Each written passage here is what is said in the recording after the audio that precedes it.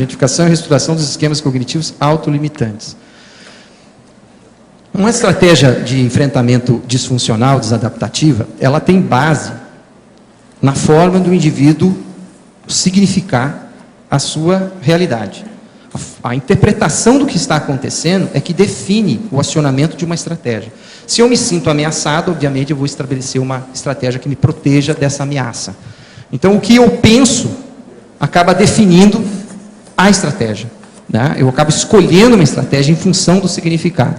E o que eu penso é definido pelas crenças, né? Pelos meus construtos, né? Meus esquemas cognitivos, né? Então, se você não consegue desconstruir uma estratégia disfuncional desadaptativa, reforçada ao longo do tempo, se a pessoa não identificar qual é a crença autolimitante. Vou te dar um exemplo. Eu tenho contato dentro de clínica escola, aqui em Foz do Iguaçu, então a gente vê um monte de casos, né? Uma série de casos semanalmente. Então, falando do milagre, como é que é? Fala do milagre, mas não fala do milagreiro, né? Uma senhora, 48 anos de idade, com 25 anos de casamento, né?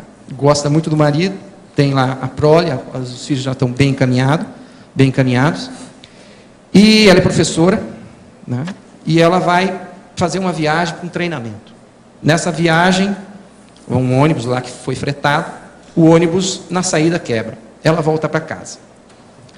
Tudo silêncio, ela abre a porta de casa, abre lá, chega na porta do quarto, encontra o marido com um outro, não outra. Ela nunca soube disso. Ela não tinha esse entendimento. Aí você, o colega lá atendendo, né, a pessoa, foi ver que ela entendia que ela não ia conseguir viver com ele mais, pelo menos como marido, porque só de ela pensar, ele está do lado, evoca a ideia de que ele está com homens, que ele está, sei o que tal, é confusão, não acerta, né? Ela não suportaria essa condição mais. Então, ela entende que o ideal é separar. Mas, ao mesmo tempo, ela não consegue separar, né? E aí, conversa vai, conversa vem, ela mantém, a estratégia de enfrentamento dela dessa realidade, é uma estratégia baseada na emoção.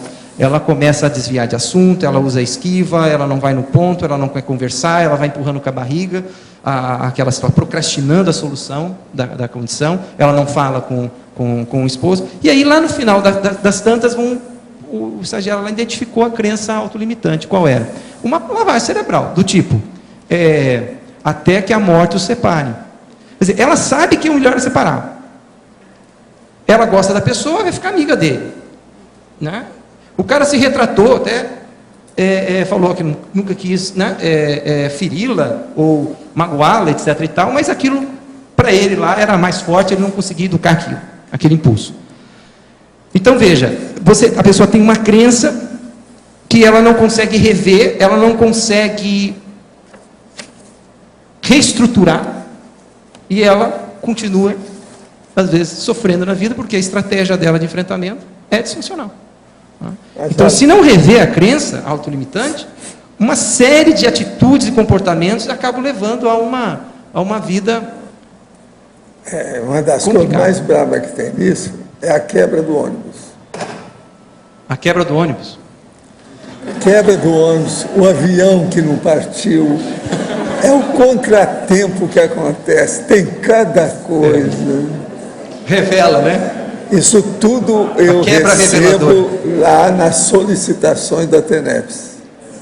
Então, um contratempo que muda aquilo que estava marcado, que sai da rotina, abre o olho que a tragédia pode estar batendo na porta. Toc, toc, toc.